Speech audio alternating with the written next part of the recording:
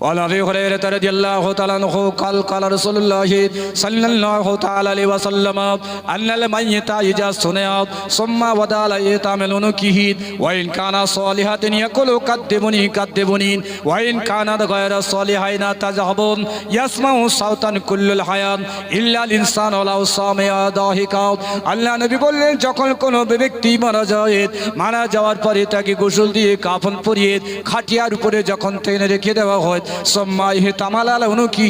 এরপরে জানাজার জন্য যখন কাঁধে করে নিয়ে গোরস্থানের দিকে ধাবিত হয় ওই সময় মৃত ব্যক্তি যদি জীবিত মৃত ব্যক্তি যদি মুমিন হয় আল্লাহ ওয়ালা হয় সৎ হয় ওই খাটিয়া করে যাকে নিয়ে যাওয়া হচ্ছে কাফনের ভিতর থেকে বলতে থাকবে কাঁদতে মনি তাড়াতাড়ি নিয়ে চলো তাড়াতাড়ি নিয়ে চলো আমার আল্লাহ পাক আমার সাক্ষাতের জন্য অপেক্ষায় আছেন বলুন সুবহানাল্লাহ। কে বলছেন? আল্লাহ নবী। হাদিসটি আবু দাউদ শরীফে আছে। মুমিন ব্যক্তি ওই কাফনের ভিতর থেকে বলবেন তাড়াতাড়ি নিয়ে চলো আমার সাক্ষাতের জন্য আছে। মৃত ব্যক্তি যদি গুনাহগার হয় অসৎ হয় চিৎকার করে বলতে থাকবে আমাকে কোথায় নিয়ে যাচ্ছ কোথায় নিয়ে যাচ্ছ আমার বিবি কাঁদে বাচ্চা কাঁদে সন্তান কাঁদে আত্মীয় স্বজনরা কাঁদে। নবী বললেন ইয়াসমাউ সাওতান কুল্লুল হায়াত মানুষ ব্যতীত কীট পতঙ্গ জীবজন্তু জানোয়ার ওই মৃত ব্যক্তির শব্দটা শুনতে থাকে। লাউ সামিয়া দাহিকাত যদি জীবিত মানুষ মৃত ব্যক্তির কথা শুনতে পেত কানের পর্দা ফেটে তারা বেহুশ হয়ে যেত। সুতরাং মুমিন ব্যক্তি চিৎকার করে বলে আমাকে তাড়াতাড়ি দাফন করে দাও আল্লাহ পাক আমার জন্য সাক্ষাতের অপেক্ষায় আছেন। এবার আপনারা বলুন মুমিনের জন্য মৃত্যুটা মুসিবত হবে না রহমত হবে? কথা বলুন জি। মুমিনের জন্য রহমত, কিন্তু সামগ্রিক দৃষ্টান্তে মৃত্যুর পরে বাড়ির মানুষেরা দুঃখী কষ্টে সময় কাটায় সেজন্য বলা হচ্ছে মুসিবত। তাই আমরা পড়ি ইন্না লিল্লাহি ওয়া ইন্না ইলাইহি রাজিউন। তাহলে এখানে লেখা নেই মৃত্যুর দোয়া, যদি এটা পড়ি জায়েজ হয় তাহলে ওখানে লেখা থাকলে তবে পড়বো বেনা হাখালাক না খুব মাটির দেওয়ার দেওয়া, তাহলে কি পাওয়া যাবে? জি মেনাহা খালাকরাকো ওয়াফিয়া নইদুকো মামিনাহা নুকরিজুকুম তারাতান উখরা 35টা অক্ষর আছে। কটা অক্ষর? 35টা অক্ষর আছে। আর নবী বললেন দাঁড়িয়ে নামাজ পড়লে একটা অক্ষরে 100 নেকি, বসে নামাজ পড়লে একটা অক্ষরে 50টা নেকি, আর যদি ওযু অবস্থায় কোরআন পড়ে 25টা নেকি। যারা আমরা জানাজা পড়তে যাই ওযু থাকে না, বিনা ওযুতে মাটি দিই। কথা একটু বলুন। ওযু অবস্থায় তাহলে বিনা ওযুতে 10টা নেকি। বিনা ওযু মানে আপনার ওযু ছিল নষ্ট হয়ে গেছে, আপনি ওযু করেননি, আপনি পবিত্র, নাপাক নয় পবিত্র। এই অবস্থায় কোরআনের একটা অক্ষর পড়লে 10টা নেকি, তাহলে বিনা ওযুতে পড়লে 10টা নেকি যদি একটা অক্ষরে হয় 20 দিয়ে গুণ করলে কত হবে?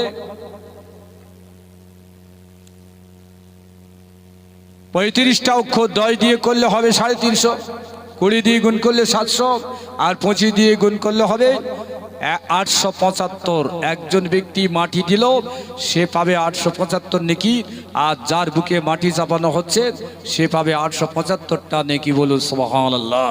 এবার আপনারা বলুন মাটি দেওয়া চলবে না মাটি না দিয়ে বাড়ি চলে যাবে? একজন লোক জানাজা পড়ে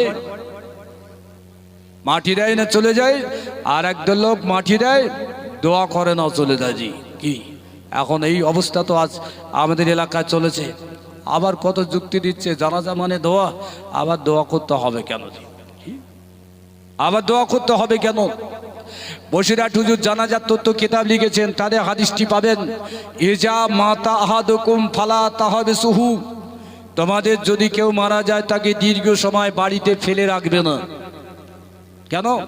ওয়াশরা উইলা কাবরিহি, তাড়াতাড়ি তোমরা তাকে জানাজার জন্য নিয়ে চলো, কবরে দাফন করার জন্য। ওয়ালা ইয়াকরাউ ইনদা রাসিহি সূরাতুল বাকারা, আর ওই মৃত ব্যক্তির কবরে দেওয়ার পরে মাথার দ্বারে সূরা বাকারার কিছু আয়াত পড়ো। ওয়াইন্দা রিজলিহি সূরাতু খাতমাতুল বাকারা, আর পায়ের ধারে তোমরা দাঁড়িয়ে সূরা বাকারার শেষ আয়াত পাঠ করো। তাহলে সূরা বাকারার প্রথম আয়াত আলিফ লাম মিম যালিকাল কিতাব লা রাইবা ফিহি, আর সূরা বাকারার শেষ আয়াত লিল্লাহি মা ফিস সামাওয়াতি ওয়া মা ফিল আরদ। বসিরহাটে জানাজা তত্ত্ব খুঁজে দেখেন, এখানে হাদিস পাবেন। তাহলে নবী বললেন তোমরা জানাজা পড়ো, মাটি দাও। আবার নবী বললেন তোমরা মৃত ব্যক্তি আটকে রেখো না, তাড়াতাড়ি জানাজা পড়ো, কবর দাও। আর তার কবর দেওয়ার পরে পায়ের কাছে মাথার ধারে তোমরা কোরআন শরীফ পড়ো। তাহলে দোয়া করার কথা হাদিস পাকে আছে। আমরা জানাজা পড়ি তো মাটি দিই না, মাটি দিতে দোয়া করি না। আর কিছু লোক আছে রাজনীতির কারণে জানাজা পড়তেই চায় না, অথচ রসুলের উম্মাত বলে আমরা দাবি করছি। আমাদের হকটা কি সঠিক আদায় হচ্ছে? আমার কথা একটু বুঝতে পারছেন আপনারা? জি। 3 নম্বর দুটো ছোট্ট হাদিসের দলিল দিয়ে আবার সমাজ যদি থাকে ফিরে আসবে। وعن أبي هريرة رضي الله تعالى عنه قال صلى رسول الله صلى الله عليه وسلم صلاة الجنازة ثم تلا قبره فحشي عليه عند رجله منها خلقناكم وفيها نعيدكم ومنها نخرجكم تارة أخرى। হযরত আবু হুরায়রা বলেন আল্লাহ নবী একটা জানাজা নামাজ পড়ার পরে যখন ওই লাশটাকে কাঁধে করে নিয়ে আসা হচ্ছে, নবীজি ওই কাতারের ভিতরে প্রবেশ করলেন। লাশটা কবরে রাখার পরে আল্লাহ নবী মাথার দিকে তিনি বসে আর 3 মুঠো মাটি তিনি দিয়েছিলেন, পড়েছিলেন মিনহা খালাকনাকুম ওয়া ফিহা নুঈদুকুম ওয়া মিনহা নুখরিজুকুম তারাতান উখরা। এই হাদিসটি ইবনে মাজার ভিতরে আছে। হযরত আল্লামা জাওহারি তিনি ব্যাখ্যায় লিখছেন নবীজি 3 মুঠো মাটিতে 3টে দোয়া পড়েছিলেন। আলে নবী যেটা করেছেন সেটা বেদাত না, নবী যেটা করেছেন সেটা নাজাজ না।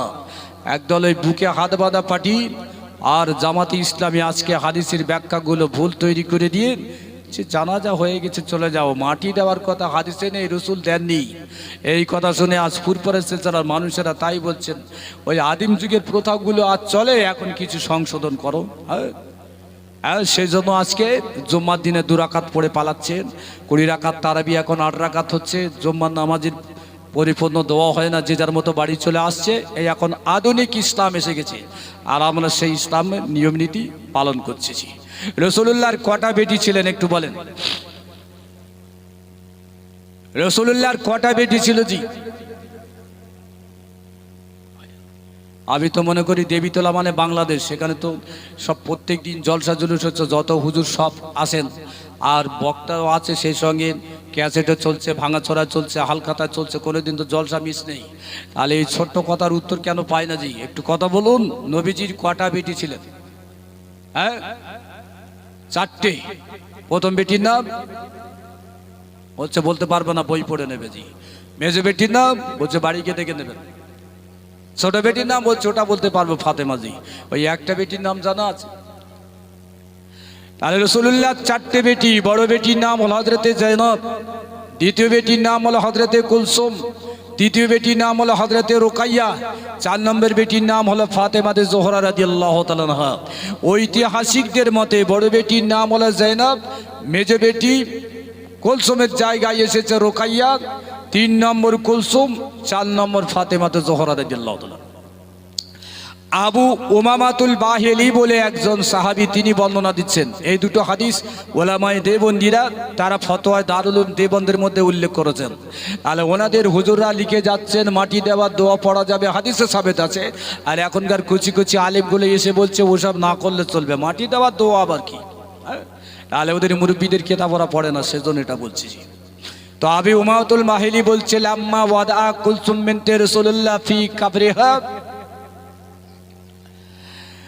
পাহুশে আলাইহি নবী সাল্লাল্লাহু আলাইহি ওয়াসাল্লাম সালাসা মাররাতিন মিনহা খালাকনাকুম ওয়া ফিহা নুঈদুকুম ওয়া মিনহা নুখরিজুকুম তারাতান উখরা। রাসূলুল্লাহর বেটি হযরতে জয়নব, হযরতে উম্মে কুলসুম যখন ইন্তেকাল করলেন, তাকে কবরে রাখার পরে আল্লাহ নবী মাথার ধারে বসে 3 মুঠো মাটি নিয়ে তিনি পড়েছিলেন মিনহা খালাকনাকুম ওয়া ফিহা নুঈদুকুম ওয়া মিনহা নুখরিজুকুম তারাতান উখরা। এই হাদিসটির দুটো বর্ণনা আছে, একটা হলো ইবনে হাকিম, আর একটা হাদিসের নাম হলো মাসনাদে আহমদ। এই দুটো হাদিসের ভিতরে এই হাদিস আছে যে আল্লাহ নবী নিজের বেটির কবরে তিনি মাটি দিয়েছিলেন দোয়া পড়ে। এখন নবীজি যদি দোয়া পড়েন আমাদের জন্য চলবে না বন্ধ করে দেবেন? বন্ধ হয়ে যাচ্ছে বলে আমি আপনাদের কাছে বলছি, কে মানলো না মানলো সেটা তার ব্যাপার। জি, কিন্তু মানি না আমরা যে রাসূলুল্লাহর সুন্নাত কি তরক করে যাচ্ছি, সেই জন্য বলছি। তিনটে মশলার কিতাবের নাম বলছি। একটা বইয়ের নাম হলো আফকি মাসালুন কি হাল, তাতে লিখছেন 3 মুঠো মাটি দেওয়া সুন্নাত, 3 বার দোয়া পড়া মুস্তাহাব। এই বইটা পাকিস্তানতে লেখা। আর দুটো বই আমাদের ইন্ডিয়ান বই। একটা বইয়ের নাম হলো দারুল উলুম দেওবন্দ, তাতে লিখছেন 3 বার মাটি দেওয়া সুন্নাত আর 3 বার দোয়া পড়া মুস্তাহাব। আফকি মাসালুন কি হাল, এতে লিখছেন 3 বার মাটি দেওয়া সুন্নাত আর 3 বার দোয়া পড়া হলো মুস্তাহাব। এই বড় বড় ফতোয়ার কিতাবে নাজায়েজ লেখিনি, বেদাত লেখিনি, চলবে না লেখিনি, প্রত্যেকে জায়েজের পক্ষে মত দিয়েছেন। তাহলে শরীয়তে যেটা জায়েজ হলো আমরা অবজ্ঞা করে ফিরে যাই কি করে? বাকি একটা ছোট্ট দলিল আমি দিই, আবার যদি সময় থাকে আমি পরিবর্তন করব। রাসূলুল্লাহর বড় বেটি নাম হলো হযরতে জায়নব রাদিয়াল্লাহু তাআলা আনহা। একটা মশলা বলবো, অসুবিধা হবে? এখনকার সময় শরীয়তের বিধান হলো একটা ছেলে যদি মুসলমান হয়, সে যে নারীটাকে বিয়ে করছে তার মুসলমান ঘরের হতে হবে, ঈমানওয়ালা হতে হবে, তবে বিয়ে পড়ালে বিয়ে জায়েজ হবে। কিন্তু ছেলে যদি মুসলমান হয়, মেয়ে যদি হিন্দু হয়, বিয়ে পড়ালে বিয়ে হবে না। মেয়ে যদি মুসলমান হয় আর ছেলে যদি অমুসলিম হয়, বিয়ে পড়ালে বিয়ে হবে না। কিন্তু অতীতের যুগে আজকে একই মায়ের ভাই বোন বিয়ে করা হারাম, কিন্তু আদম নবীর জোড়া জোড়া সন্তান হতো, ভাই বোনের সঙ্গে একই মায়ের পেটে বাচ্চা বিয়ে করা জায়েজ ছিল। ফেরাউন কাফের ছিল না মুমিন ছিল? ফেরাউন কাফের ছিল, আর ফেরাউনের বিবি আসিয়া মুসলমান ছিলেন। তাহলে আসিয়ার সাথে ফেরাউনের বিবি, তাদের স্বামী স্ত্রীর বৈবাহিক জীবন শরীয়ত সম্মত ছিল। কিন্তু আমাদের সময় ছেলে মুসলমান হতে হবে, মেয়ে মুসলমান হতে হবে, তবে বিয়ে করলে বিয়ে সাব্যস্ত। এখন যদি কোনো ব্রাহ্মণ টুপি পরে ধুতি ছেড়ে দিয়ে আর লুঙ্গি পরে যদি জুম্মার দিনে বলে আমি নামাজ পড়াবো, খুতবা দেব, কিন্তু সে ব্রাহ্মণ, চলবে? তার পিছনে ইক্তেদা করবেন না? কেন? দেখতে হবে তার ঈমান আছে কিনা। জি, টুপি দাড়িটা শর্ত নয়, তার ঈমান আছে কিনা। জি, ঠিক মুসলমানের বিয়ে যদি হয়, 2 জন সাক্ষী কমপক্ষে মুসলমান হতে হবে। ইমাম সাহেব মুসলমান, একজন সাক্ষী হিন্দু, একজন সাক্ষী মুসলমান। 2টো সাক্ষী যদি মুসলমান না হয়, বিয়ে সাব্যস্ত হবে না। সর্বে কিতাবে লিখছে। কিন্তু রাসূলুল্লাহর মক্কার জীবনে পরিস্থিতি এইরকম ছিল।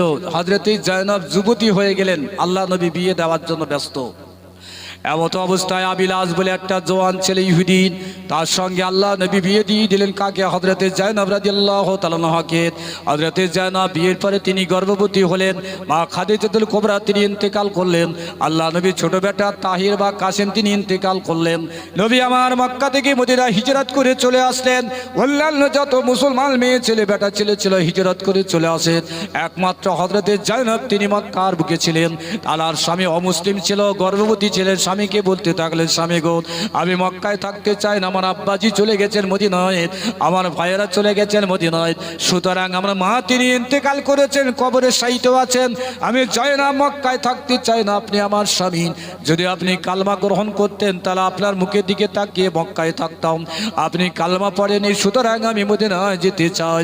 হযরতে জায়নবের স্বামী আবিলাস কিনি চিন্তা ভাবনা না করে বললেন, ওগো জায়নব শোনো, তুমি যদি মদিনায় যেতে চাও, তোমাকে রাতের অন্ধকারে আমি মদিনায় পাঠিয়ে দেব।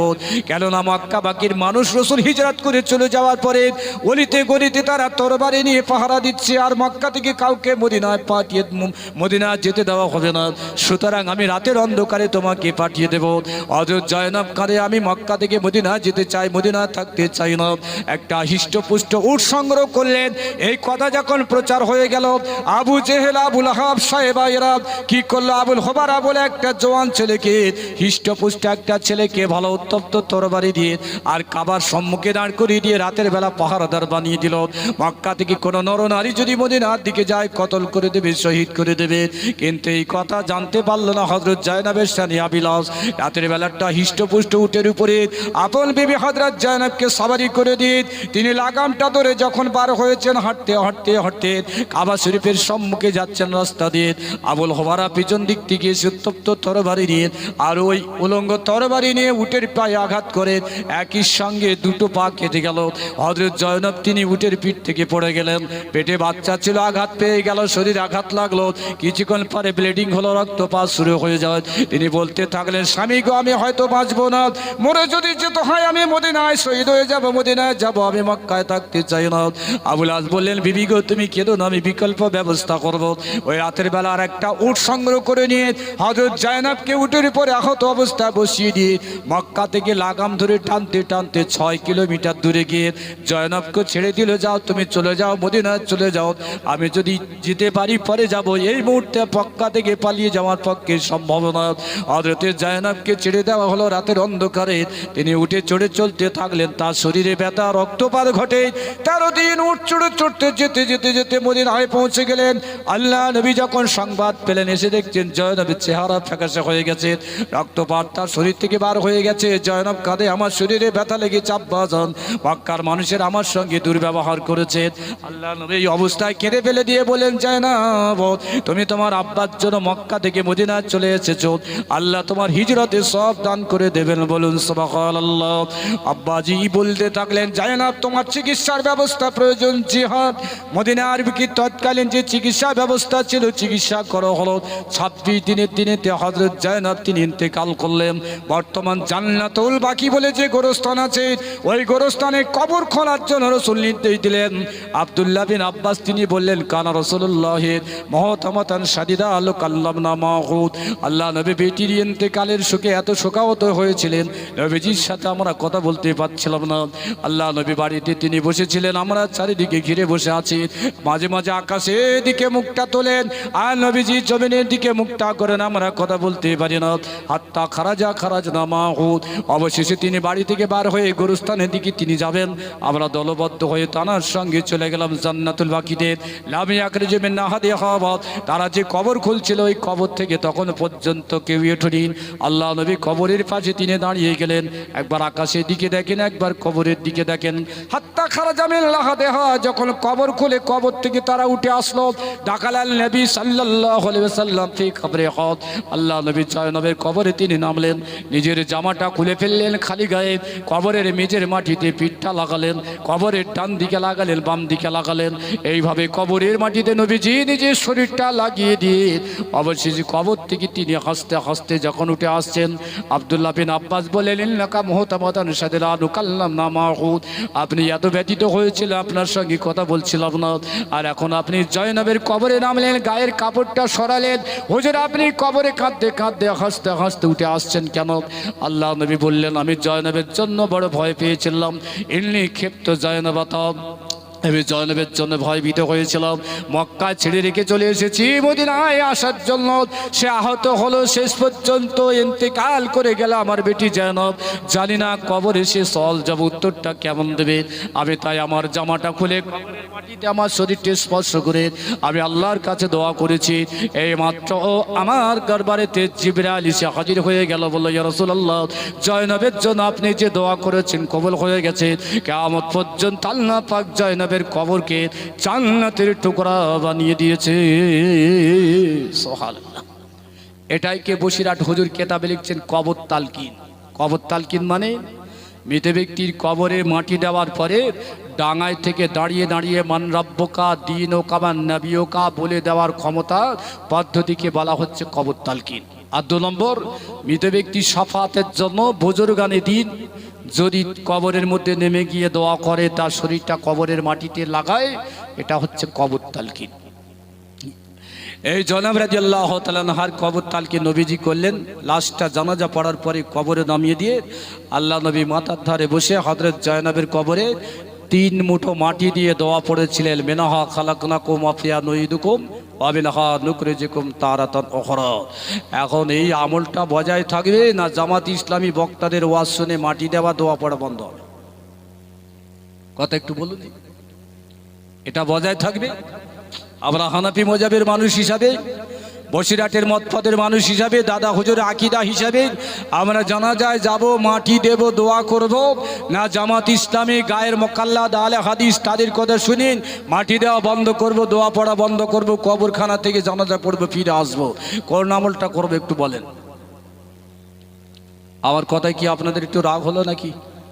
অনুরোধ করছি, যেখানে নেকি আছে ছাড়বো কেন? কিয়ামতের মাঠে একটা নেকির জন্য যদি দৌড়াদৌড়ি করতে হয়, আজকে ছোট কাজের ভিতরে যদি পরিমাণ নেকি বেশি হয়, তাহলে আমরা এই আমল করব। আল্লাহ আমাদের বেশি বেশি আমল করার তৌফিক দান করেন। সবাই বলুন আল্লাহুম্মা আমিন। উচ্চাওয়াজে দুরূদ শরীফ আল্লাহুম্মা।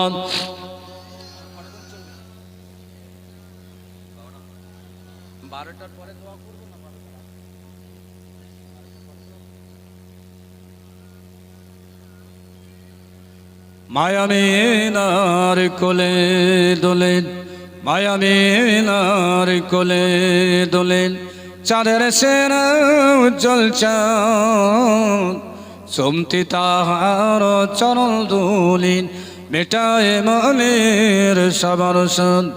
উম্মতি উম্মতি বলেন, কেঁদে কেঁদে কে হয়রান, লবে গানের তিনি মম দরদ পাড়ো মুসলমান। আল্লাহুম্মা সাল্লি আলা সাইয়্যিদিনা।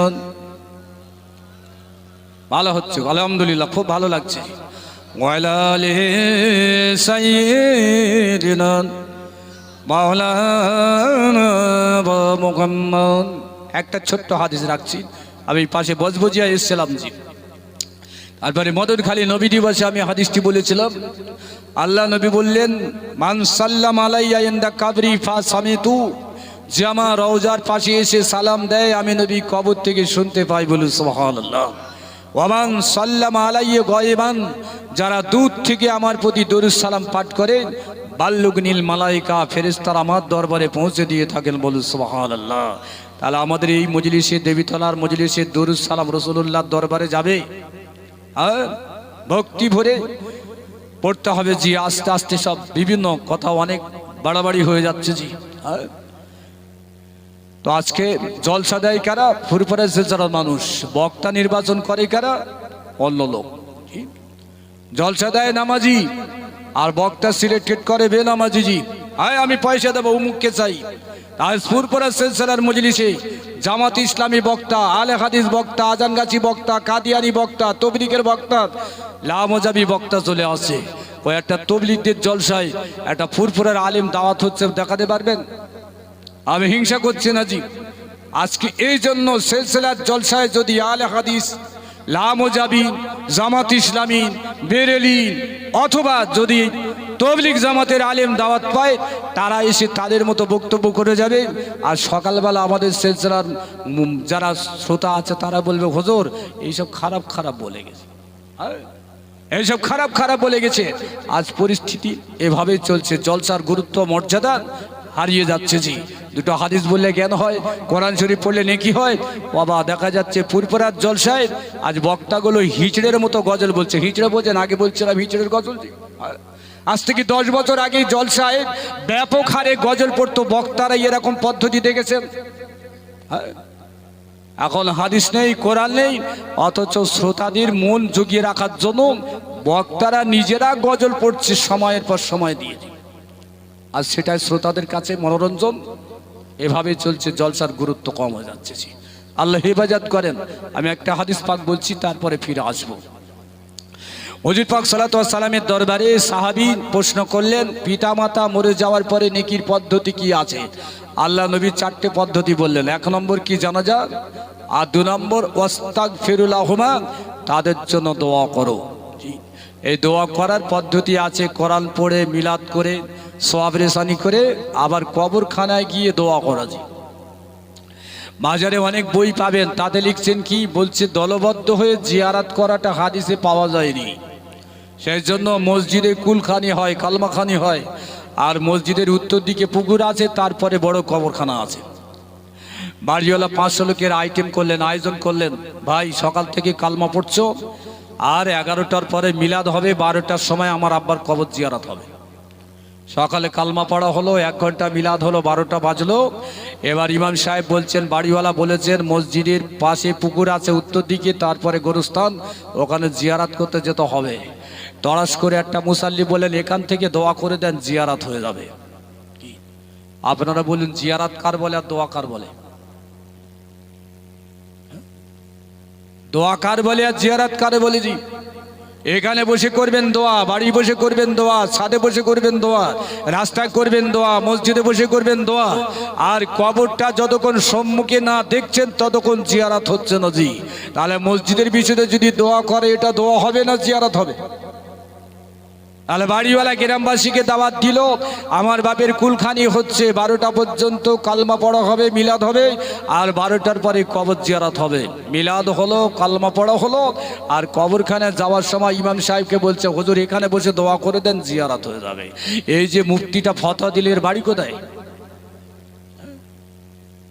এই ফতোয়া দিলে এর বাড়ি কোথায় জি? আলে কার জিয়ারাত বলে আর কার দোয়া বলে এটা ঠিক করলো না। আমরা দেখছি সেই তো এত কষ্ট করে আবার হাফ কিলোমিটার ঘুরে ঘুরে যেতে হবে। ও বাড়িওয়ালা খাওয়া দিচ্ছে বলে মাথা কিনে নিয়ে যাই এখান থেকে দোয়া করে দাও, এভাবেই চলছে। আবু হুরায়রা রাদিয়াল্লাহু তাআলা আনহু قال قال رسول الله صلى الله تعالى عليه وسلم زورا قبركم فإن تذكروا الموت। আল্লাহ নবী বলেন কবর জিয়ারত করো, মৃত্যুর কথা মনে এসে যাবে। ওয়া তুজাহিদু ফিদ দুনিয়া ওয়া তুযাক্কিরুল আখিরাত। দুনিয়ার ভালোবাসা কম হবে, পরকালের ভালোবাসা তোমার অন্তরে আসবে। যে আব্বাকে খাটিয়া করে কাঁধে করে নিয়ে কাফন পরিয়ে কবরখানায় গিয়ে তাকে কবরে দাফন করেছে, 1 বছর পরে কবরখানায় গিয়ে দেখো তোমার আব্বার লাশ নাই, তোমার আব্বার কাফন নাই, কেবল ভাঙা বাকারি পড়ে আছে। একদিন তুমি মারা যাবে, তোমার সন্তানেরা কাঁধে করে নিয়ে অনুরূপভাবে কাফন পরিয়ে কবরে দাফন করবে। সুতরাং কবর জিয়ারত করো, মৃত্যুর কথা মনে এসে যাবে। এই জানুয়ারি মাস চলছে, দেখা গেল গ্রামের বেশ কিছু জায়গা থেকে 407, 800 বড় টাটা সুমো ভাড়াই করে কোথায় গেল, সায়েন্স সিটি গেল, কোথায় গেল আপনার মণিমুকুটপুর গেল, কোথায় গেল আপনার চলে গেল চিড়িয়াখানায়, আর কোথায় গেল বকখালি, কেউ গেল চকখালি, মকখালি, বিভিন্ন জায়গায় বক্সরা এইভাবে বেড়াতে চলে যায়। আর আল্লাহ নবী বললেন জন্ম দেওয়া পিতা মাতা মারা গেছে, কবরখানায় পড়ে আছে, তাদের কবরখানায় তোমরা একটু জিয়ারত করো। কি সুযোগ হলো না? দুটো কারণের সুযোগ নেই। কেন? আবু হুরায়রা রাদিয়াল্লাহু তাআলা আনহু قال قال رسول الله صلى الله تعالى عليه وسلم إلا من ساعة الساعة يحبون الخمسة وينسون الخمسة يحبون المال وينسون الزكاة يحبون الحياة وينسون الممات يحبون الدنيا وينسون الآخرة يحبون القصور وينسون القبور يحبون الذنوب وينسون التوبة। নবী বললেন কিয়ামতের নিদর্শন দেখতে পাবে আমার সাহাবারা 5টা কাজ মানুষ অত্যন্ত প্রিয় বলে মনে করবে, আর 5টা কাজ তারা একেবারে ভুলে যাবে। অর্থ সম্পদ ভালোবাসবে, যাকাত দিতে তারা ভুলে যাবে, বেঁচে থাকতে ভালোবাসবে, কবরে মৃত্যুর কথা তারা ভুলে যাবে, পৃথিবীকে তারা ভালোবাসবে, পরকালকে তারা ভুলে যাবে, বড় বড় দালাল কোঠা বাড়ি বানাতে তারা ভালোবাসবে, কিন্তু কবরের কথা ভুলে যাবে, আর গুনাহ করতে ভালোবাসবে, তওবা করতে ভুলে যাবে।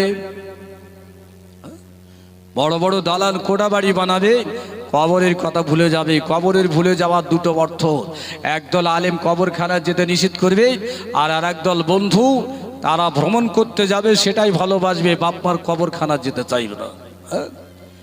ইহিব্বুনা যুনুবা, গুনাহ করতে ভালোবাসবে, তওবা করতে ভুলে যাবে।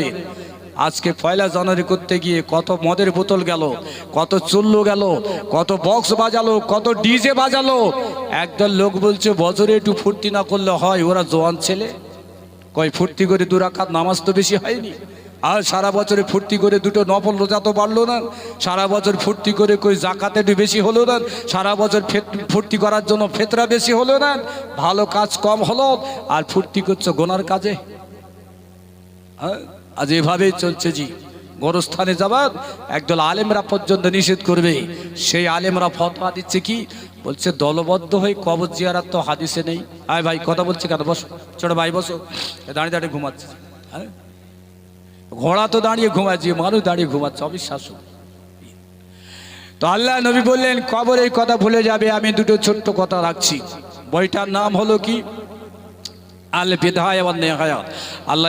আল্লামা ইবনে কাসির রহমাতুল্লাহ তাফসীর লিখেছেন, তাফসীরে ইবনে কাসির ঠিক একটা বিশ্ববিখ্যাত হাদিস দিয়ে একটা ইতিহাসের কিতাব লিখেছেন, আল বিদায়া ওয়ান নিহায়া।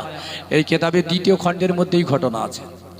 বর্ণনাকারী সাহাবীর নাম হলো কি হযরতে ওমর ফারুক রাদিয়াল্লাহু তাআলা আনহু। তিনি বলে হিজরতের পরে নবী পাক সাল্লাল্লাহু আলাইহি ওয়াসাল্লাম মদিনার বুকে এক সময় আমাদের সকলকে বলেন, হে আমার সাহাবীরা, আমার সঙ্গে কি একটু তোমরা বেড়াতে যাবে, চলো। সাহাবারা বললেন, জি হুজুর, আপনার সঙ্গে আমরা বেড়াতে যেতে রাজি আছি। আলে বেড়ানো শরিয়াতে বৈধ আছে, আবার বেড়ানো শরিয়াতে নাজায়েজ আছে। একটা লোক দেবীতলায় বাড়ি, জি আপনারা শুনছেন তো, দেবীতলায় বাড়ি, কাল সকাল 11টায় প্লেন চাপলো দমদম এয়ারপোর্ট থেকে, আর বোম্বাইতে পৌঁছে গেল 1টার সময়। ইনি যদি 1:30টায় জুম্মা পড়েন, জোহরের নামাজ পড়েন, করাকাত পড়বেন। দেবীতলায় বাড়ি, 11টার সময় কলকাতাতে প্লেন চাপলো, বোম্বাইতে চলে গেল 1টার সময়। 1:30টা যদি জোহর পড়ে, করাকাত পড়বেন ফরজ?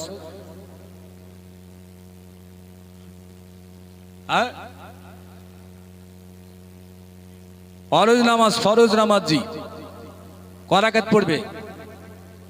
অত শুধু 4 দোকানে হচ্ছে জি, 4 রাকাত না 2 রাকাত? মোসাফের ব্যক্তি, আর দেবীতলা লোক বোম্বাই যাচ্ছে, আর বাড়ির লোক হয় মোসাফের, তাহলে 2 রাকাত পড়তে হবে জি। তাহলে মোসাফের মানে ভ্রমণকারী। তাহলে দেশের যে লোকটি 4 রাকাত পড়তো, সেই লোকটি বোম্বাই গিয়ে 2 রাকাত পড়লো, তাহলে এটা বেড়াতে গেল জি। তাহলে এই বেড়ানোটা শরিয়াতে বৈধ না অবৈধ? সিরু ফিল আরদে, কোরআন এসেছে তুমি পরিভ্রমণ করো। তাহলে আপনি সুন্দরবনে যাবেন, পানি আর পানি, কেউ কেকড়া ধরছে, কেউ মাছের বাচ্চা ধরছে। আর আমাদের দেশে আপনারাও ফিশারি চাষ করেন, আবার ভাঙড় থানার দিকে যান, দেখবেন ধান চাষ হচ্ছে। আপনি কাশ্মীরে চলে যান, দেখবেন ভেড়ার পশম দিয়ে কি তৈরি হচ্ছে জি, ভেড়ার পশম দিয়ে শাল সোয়েটার তৈরি হচ্ছে। আবার মেটিয়াবুড়ি চলে যান, এরকম ছোট ছোট বাচ্চা সব বোতাম সেলাই করছে, জামার বোতাম লাগাচ্ছে, প্যান্ট শার্ট কাজ করছে। তাহলে এক এক জায়গার এক এক রকম পদ্ধতিতে জীবিকা নির্বাহ হয়। সুতরাং পৃথিবীটা ভ্রমণ করে তোমরা আল্লাহর একত্ববাদ, আল্লাহ যে অতি ক্ষমতার অধিকারী, সারা পৃথিবীর পরিচালনকারী, সেই জ্ঞান তোমরা অর্জন করো। তাহলে আল্লাহর একত্ববাদ, আল্লাহর ক্ষমতা দেখার জন্য ভ্রমণ করা জায়েজ আছে। কিন্তু আপনি যদি ভ্রমণ করতে গিয়ে যুবতী নারীটাকে সাথে নিয়ে যাবেন, মদের বোতল নিয়ে যাবেন, চুল্লু নিয়ে যাবেন, নাচতে নাচতে যাবেন, ডিজে বাজাবেন, এ বেড়ানোটা জায়েজ হবে? এ বেড়ানো জায়েজ আছে জি? তাহলে শরিয়াতের বিধান, আপনি যদি ভ্রমণ করতে যান, আপনার জন্য কনসিডার আছে। ইয়া আইয়ুহাল্লাযীনা আমানু কুতিবা আলাইকুমুস সিয়াম কামা কুতিবা আলাল্লাযীনা মিন ক্বাবলিকুম লাআল্লাকুম তাত্তাকুন। সব মুসলমানের উপরে রোজা ফরজ, কিন্তু দুজন ব্যক্তি রোজার মাসে রোজা, তাদের কনসিডার আছে। ফামান কানা মিনকুম মারাদিন আও আলা সাফারিন। রমজান মাসে কেউ যদি অসুস্থ হয়, এত দুর্বল, দাঁড়াতে পারছে না, তাহলে ওই ব্যক্তির উপরে রোজা ফরজ না। রোগ সেরে গেলে সে রোজা আদায় করবে। অথবা এই ব্যক্তি দেবীতলায় বাড়ি, রমজান মাসে চলে গেল কোথায়, কাশ্মীরে, খাবার নেই, শোয়ার জায়গা নেই, কাজে পয়সা নেই, তাহলে মুসাফির ব্যক্তি এর উপর রোজা ফরজ না, দেশে ফিরে এসে রোজা আদায় করবে। তাহলে সবার উপর রোজা ফরজ, কিন্তু ভ্রমণ করতে গেলে মুসাফির ব্যক্তির উপরে রোজা ফরজ না। আর নামাজ যদি হয় 4 রাকাতের জায়গায় 2 রাকাত, তাহলে ভ্রমণ করা শরিয়াতে জায়েজ আছে না নেই? কিন্তু হারাম কাজে বেড়ানোর শরিয়াতে জায়েজ নেই। এখান থেকে ফুরফুরায় যাচ্ছে, ফতোয়া দিচ্ছে, বলছে পীরের দরবারে নিয়ত করে যাওয়া যাবে না। আর এখান থেকে খালি বক্সরা যাচ্ছে কিসের নিয়তে? ফুর্তি করার নিয়তে। আর মদের বোতলে আছে, আর যুবতী আছে, আর ডিজে বাজাতে যাচ্ছ, এটা চলবে তো? মৌলভী সাহেবরা এই জায়গায় ফতোয়া দেয় না জি, ফতোয়া যত এই জায়গায়। তো আল্লাহ নবী হযরত ওমর ফারুক রাদিয়াল্লাহু তাআলা আনহু সাহাবী হুজুর নিয়ে বললেন, আমি বেড়াতে যাব। হুজুর পাক সাল্লাল্লাহু আলাইহি ওয়াসাল্লামের সঙ্গে সাহাবা হুজুরাত চলেন, উঠ চড়েন, যেতে যেতে যেতে যেতে চলে গেলেন কোথায়, আবওয়া বলে একটা জায়গা আছে, ওই জায়গায় উঠ থেকে নেমে সাহাবীদের নিয়ে আল্লাহ নবী চললেন ওই পাথরওয়ালা জমিনের কাছে গিয়ে। হযরত ওমর ফারুক বলেন, আমরা দাঁড়িয়ে গেছি। আল্লাহ নবী কয়েক কদমে গিয়ে গিয়ে তিনি ঘুরছেন আর ঘুরছেন, আর মুখ থেকে আম্মি আম্মি শব্দ তিনি বলছেন, চোখ থেকে পানি ঝরছেন। রাসূলুল্লাহ দাঁড়িয়ে দাঁড়িয়ে ওই ফাঁকা ময়দানে পাথরওয়ালা জায়গায় এত কান্না কেঁদেছিলেন। আমরা ওমর ফারুক, আমরা ওই অবস্থায় যতজন আমরা সঙ্গী নবীর সাথে ছিলাম, প্রত্যেকে কাঁদতে থাকলাম। আল্লাহ নবীর কান্না দেখে আমরা কেঁদে ফেলেছি। নবী পাক সাল্লাল্লাহু আলাইহি ওয়াসাল্লাম দীর্ঘক্ষণ পরে যখন ফিরে এসেছেন আমাদের সাথে, আমরা বললাম ইয়া রাসূলুল্লাহ হাবিবাল্লাহ, আমাদের কি জায়গা রেখে দিয়ে আপনি ওই জায়গায় গিয়ে একা একা আপনি কেন কাঁদলেন, আর আপনার চোখের পানি কেন পড়লো, আপনি আম্মি আম্মি শব্দ বললেন। রাসূলুল্লাহ চুপ করে আছেন, সাহাবীরা বলে আপনার কান্না দেখে আমরা কেঁদে ফেলেছি। আল্লাহ নবী ওই সময় বলেছে আমার কান্না দেখে তোমরা কাঁদলে? জি, আপনার কান্না দেখে কেঁদে ফেলেছি। হযরত ওমর ফারুক বলে ইয়া রাসূলুল্লাহ কিসের জন্য এই জায়গায় এসেছেন, কাঁদলেন? রাসূল পাক সাল্লাল্লাহু আলাইহি ওয়াসাল্লাম বলেন আমি যে জায়গায় দাঁড়িয়ে গেছি এটাই আমার মায়ের কবর। আমি এই জায়গায় দাঁড়িয়ে দাঁড়িয়ে আমি কবরটা প্রদক্ষিণ করেছি, জিয়ারত করেছি, ঘুরেছি, আর আমি মা মা মা বলে চিৎকার করে কেঁদেছি। আমার কান্না দেখে তোমরা কেঁদেছ, এটাই হলো আমার মায়ের কবর। বলে সুবহানাল্লাহ। আমি একটা বইয়ের নাম বলবো জি, বইটার নাম হলো হাদিস কোরআনের বিচারে মানব সমাজ। এই বইটা এক জায়গায় লিখেছে রাসূলুল্লাহর আব্বা মা জাহান্নামী। কেন? রাসূল তখন নবুয়ত পাননি, সেই জন্যই ওনারা জাহান্নামী। আর এই যে ঘটনাটা বলছে হাদিসটি আল বিদায়া ওয়ান নিহায়া দ্বিতীয় খণ্ডে, এই হাদিসের নিচে আম্মাজান আয়েশা বলছেন আল্লাহ নবী এত কান্না কেঁদেছিলেন, আল্লাহ পাক নবীর আব্বা মাকে জীবিত করে সম্মুখে দাঁড় করিয়েছিলেন, অন্য কেউ চোখে দেখতে পায়নি, তারা রাসূলের প্রতি কালমা পড়ে ঈমান এনেছিলেন। বলুন সুবহানাল্লাহ। এবার মুহাদ্দিসিনদের মধ্যে বিতর্ক আছে, মরা মানুষ উঠলো কি করে, কালমা পড়লো কি করে, একদল অস্বীকার করে। কিন্তু রাসূলুল্লাহর বিবি আম্মাজান আয়েশা তিনি বর্ণনা দিচ্ছে আল্লাহ নবীর যত বিবি ছিলেন সব থেকে বেশি জ্ঞানী, বুদ্ধিমান, বুদ্ধিমতী, বিচক্ষণতা যার বেশি ছিল তিনি হচ্ছেন হযরতে আয়েশা রাদিয়াল্লাহু তাআলা আনহা। এই আয়েশা রাদিয়াল্লাহু তাআলার সম্পর্কে একটা বর্ণনা আছে, ইনি 2210টা হাদিসের হাফেজা ছিলেন। প্রমাণস্বরূপ আমি দুটো বই বলছি, একটা হলো মুসলিম শরীফের হাদিস ভূমিকা, 2 নম্বর মাওলানা আজিজুল হক কাশেমি তিনি একটা বই লিখেছেন জাহাজুল হাদিস, এটা সিনিয়র মাদ্রাসায় পড়ানো হয়। এই বই লিখছে 2210টা হাদিস। রাসূলুল্লাহ রওজা মদিনার মসজিদের পশ্চিম দিকে, হাজী সাহেবরা যদি দেখে থাকে দেখবেন খুব বড় দুটো ঘর আছে, মিউজিয়াম ঘর। এই মিউজিয়াম ঘরের ভিতরে প্রথম মিউজিয়াম ঘরে ঢুকে ডান হাত দিয়ে আল্লাহ নবীর ছোটবেলার থেকে বিভিন্ন সাজ সরঞ্জাম কাঁচের বক্সে সাজানো, আর রাসূলুল্লাহর বিবিদের একটা নামের তালিকা দেওয়া আছে। এই জায়গায় মা আয়েশার নামের পাশে লেখা আছে 2210টা হাদিসে তিনি হাফেজা ছিলেন। সেই আম্মাজান আয়েশা বলছেন আমার রাসূলুল্লাহর কান্না দেখে আল্লাহ পাক তার মাকে জীবিত করে দিয়েছিলেন, আর রাসূল নিজের মাকে দেখেছিলেন এবং ওনার আম্মাজি ওনার প্রতি কালমা শরীফ পাঠ করেছিলেন। এই হাদিস যদি এটা হয় রাসূলুল্লাহর আব্বা মা জাহান্নামী, এই তথ্যটা দেওয়া রাসূলুল্লাহর প্রতি ইলজাম দেওয়া, দোষারোপ করা ছাড়া দ্বিতীয় কিছু না। আমি যে উদ্দেশ্যে হাদিসটা আনলাম, তাহলে আল্লাহ নবী দলবদ্ধ হয়ে সাহাবা হুজুরদের নিয়ে তিনি তার মায়ের কবর জিয়ারাত করতে গিয়েছিলেন। ওইটার নাম আবারও বলছি আল বিদায়া ওয়ান নিহায়া দ্বিতীয় খণ্ড, আল্লামা ইবনে কাসির রহমাতুল্লাহ তিনি লিখেছেন। আপনারা নেটে সার্চ করবেন, গুগলে মারবেন জাল বিদায়া নেহায়া বলবেন, সঙ্গে সঙ্গে 10 খণ্ড বই আপনার ওই গুগলের মধ্যে ভেসে উঠবে। জি, আপনি ডাউনলোড করে পড়বেন, পড়তে পড়তে আমার এই কথাগুলো ওখানে পাবেন। তাহলে আমি বলছি কেন, গল্প বলার জন্য না সময় নষ্ট করার জন্য? রাসূল যদি সাহাবীদের সঙ্গে নিয়ে দলবদ্ধ হয়ে জিয়ারাতে যায়, তাহলে আমাদের মসজিদে বসে দোয়া করলে হবে না কবরখানায় যাওয়া রাসূলের সুন্নাত হবে? কোনটা? হ্যাঁ, আর রাসূলুল্লাহ যদি দলবদ্ধ হয়ে জিয়ারাত করতে পারে, তাহলে আমরা দেবীতলার লোক টাটা সুমো ভাড়াই করে দাদা খুঁজের মাজারে যদি যাই, না জায়েজ হবে না জায়েজ হবে?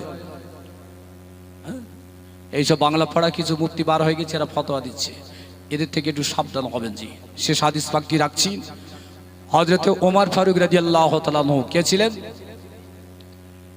ওমর ফারুক রাদিয়াল্লাহু তাআলা আনহু, একটু কথা বলেন শেষ বেলা জি, শুধু খলিফাজি, আর কি পরিচয় আছে? রাসূল পাকের শ্বশুর। শ্বশুর আল্লাহ নবী 2 জন জামাই হলেন সাহাবী, 2 জন শ্বশুর হলেন সাহাবী খলিফা।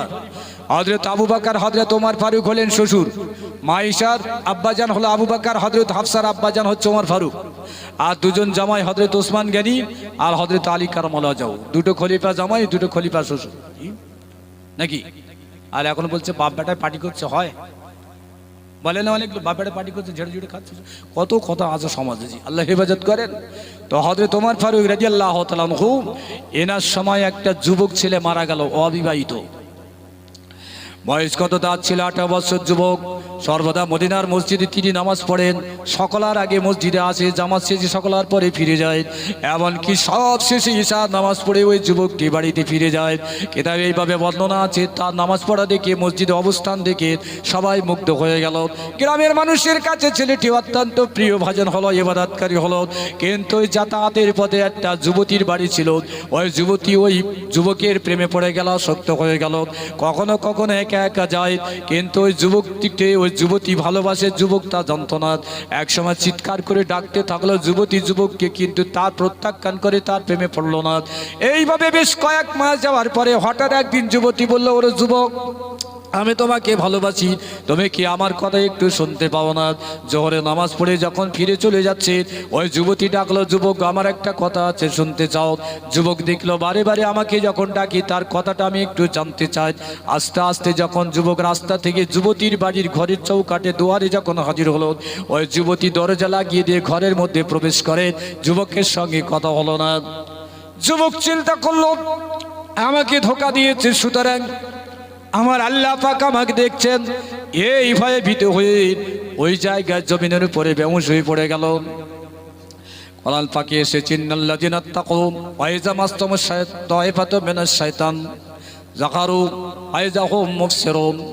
যখন শয়তান কাউকে ধোঁকা দেয়, শয়তান কাকে পথভ্রষ্ট করে, সে যদি মুত্তাকি হয়, আল্লাহওয়ালা হয়, আবার আল্লাহকে সে স্মরণ করে, আর আল্লাহ পাক তার সম্মুখে, আল্লাহ পাক তার পাপের সে পদ্ধতিটা, পাপের সে পন্থাটা দেখিয়ে দেয়, আর সে আল্লাহকে ভয় করে, সে আল্লাহকে ভয় করে।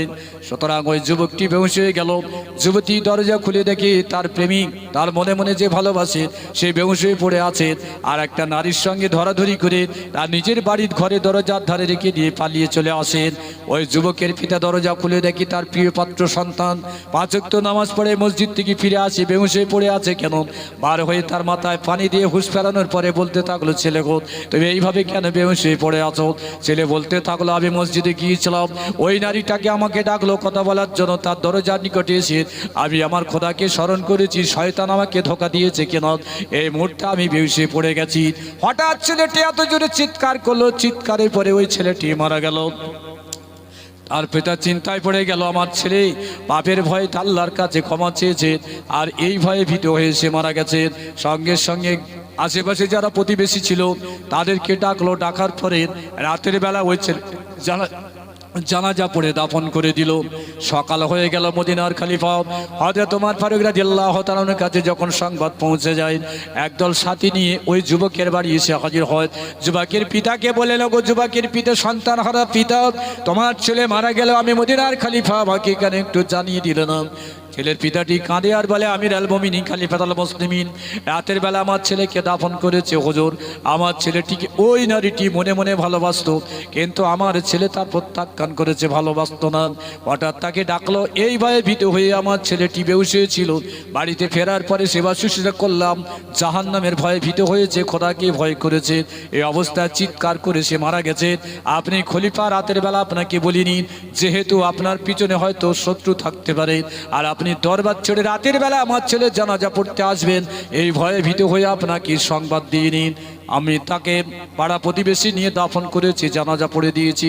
হযরত ওমর ফারুক বললেন, তোমার বংশে যত লোক আছে চলো, আমার সাথে যত আছে চলো, ওই ছেলেটির কবর জিয়ারত হবে, আমি ওমর ফারুক তার জন্য দোয়া করব।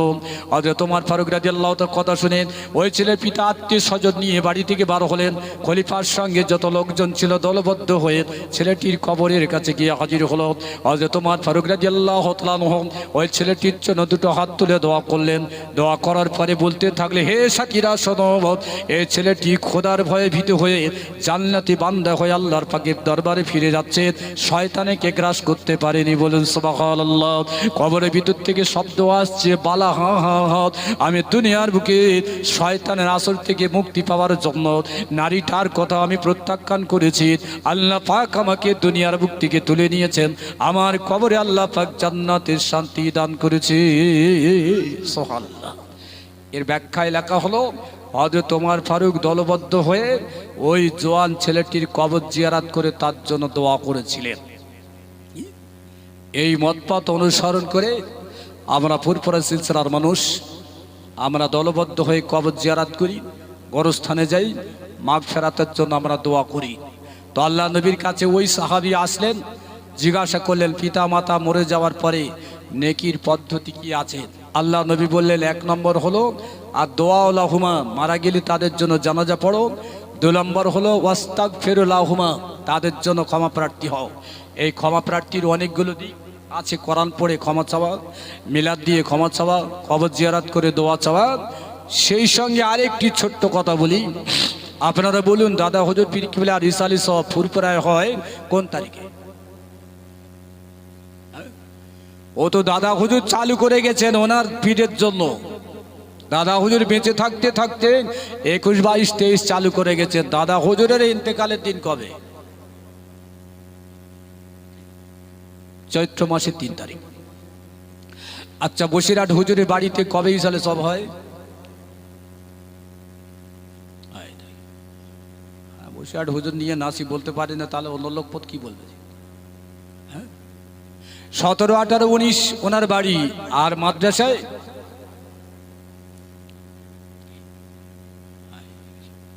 বাড়ি হয়তো আগে নাকি কবে সেটা জি 13, 14, 15 না 14, 15, 16?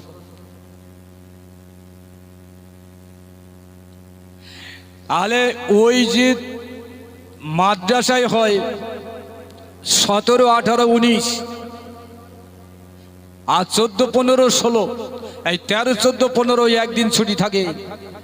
এই বসিরহাট হুজুর নিজের জীবদ্দশায় উনি কায়েম করে গেছেন না পরবর্তীকালে কায়েম হয়েছে? জীবদ্দশায় জি। তাহলে দাদা হুজুরের জীবদ্দশায় 21, 22, 23 কায়েম করে গেছেন। তাহলে নির্ধারিত দিনে ইসালে সওয়াব করা যদি বেদাত হয়, নাজায়েজ হয়, তাহলে দাদা হুজুর একজন মুজাদ্দিদ উনি চালু করে গেলেন কেন? নাকি আজকে গ্রামের বন্ধুরা যদি নির্ধারিত দিনে ইসালে সওয়াব করে বলছে, নির্ধারিত দিনে ইসালে সওয়াব করা যাবে না, ওসব নাজায়েজ আছে, বেদাত আছে, হাদিসে নয়, চলবে না। তাহলে পাড়ার ছেলেদের জন্য ফতোয়া দিলে যাতে মিলাদটা বন্ধ হয়, তাহলে পুরোপুরা 21, 22, 23 হয়, ওখানে ফতোয়া দিয়ে বন্ধ করো।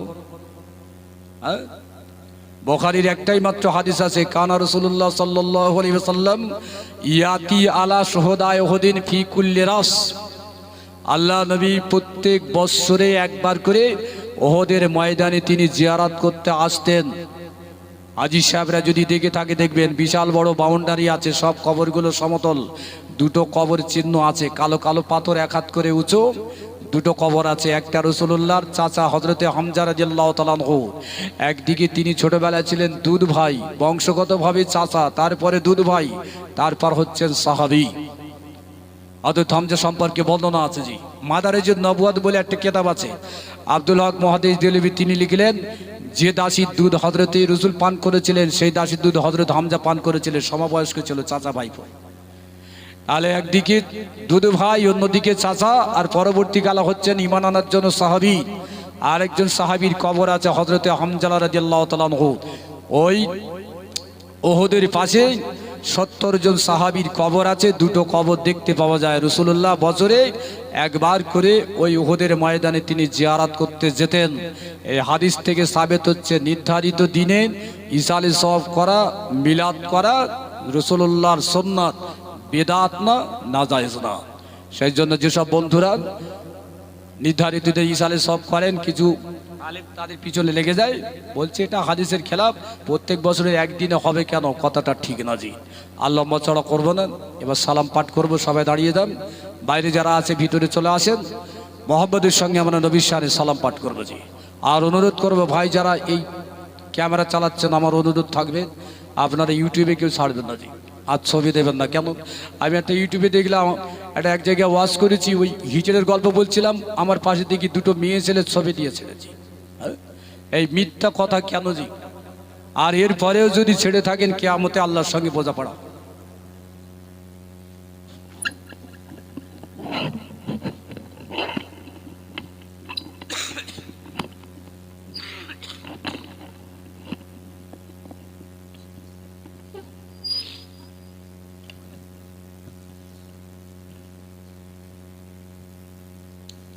يا نبي سلام عليك يا رسول سلام وعليك يا حبيب السلام وعليك السلام طلع البدر علينا بالصنية الفداء